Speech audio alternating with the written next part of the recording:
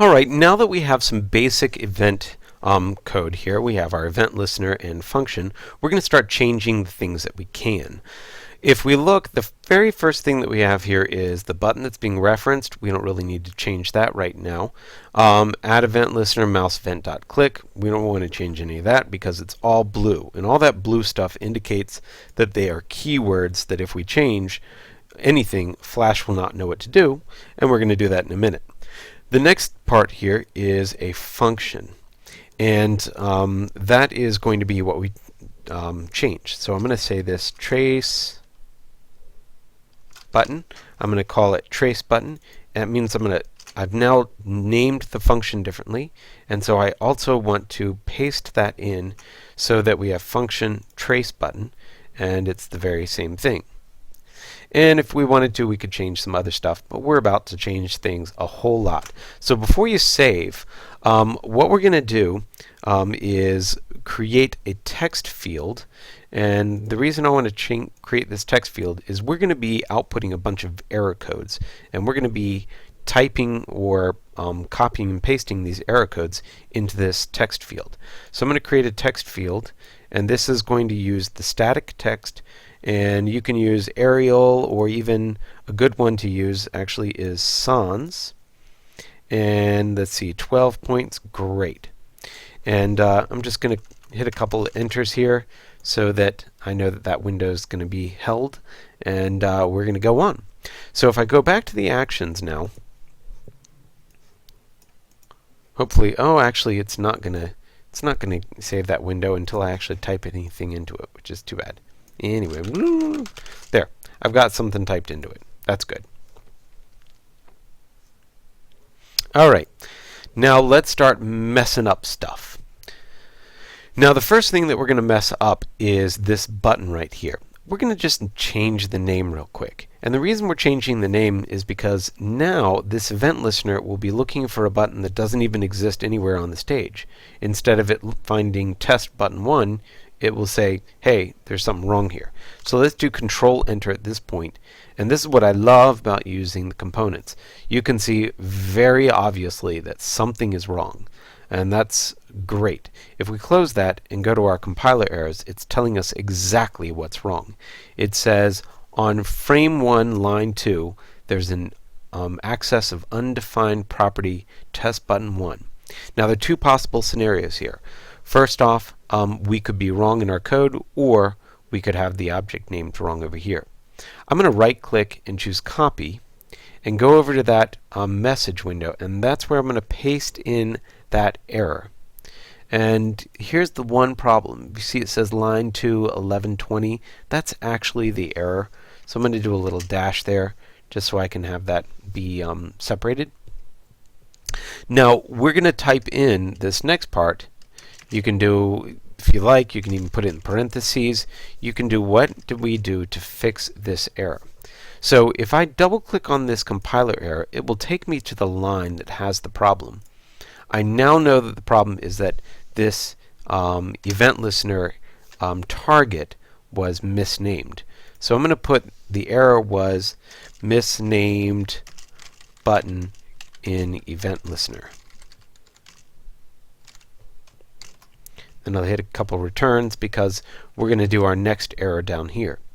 Anyway, let's test our movie and see if we get the right output. Now it seems to be working, no problem. Let's go on to the next error.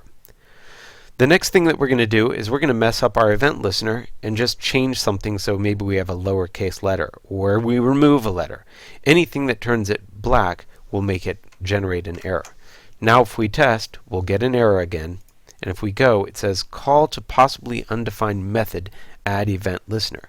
So it doesn't understand what this add event listener is. So we copy that text, come back to our movie,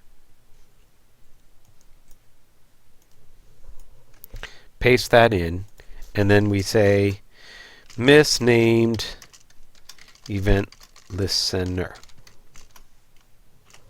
The next thing that we're going to do is remove that. Oh, we have to fix that, of course. Every time you make a mistake intentionally, fix it, and then see if you can publish the movie again and get the results. Another thing that we might do is forget maybe one of these parentheses, or maybe we have a colon here. That's probably even more common. Let's see what happens there. It says expecting right parenthesis before colon. So we'll copy that. We'll give ourselves something there. The error was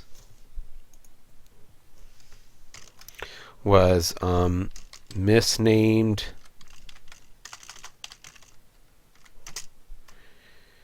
mouse event dot click. Anything that indicates what that error was, I think, is really important. And let's see. So far, we've got 3 different errors. We've got a 1120, a 1061, and a 1080. These are all very important to know about. Let's go on to the next one. We'll fix that. Next thing we're going to do is we're going to change the name of our function. And you'll see that we have 1120, so we know what the problem is there, and we know how we created it. So you'll be putting that in. The next thing we'll do is come down here and let's misname our function. That way, see what error we get. That's a 1071, and that one looks like it is a new error.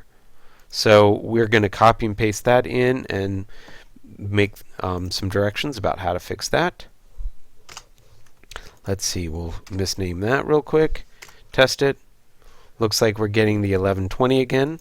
So you might be able to add the 1120 to the errors here. So you can say it happens when I do this, or that. Okay, let's see, let's fix that.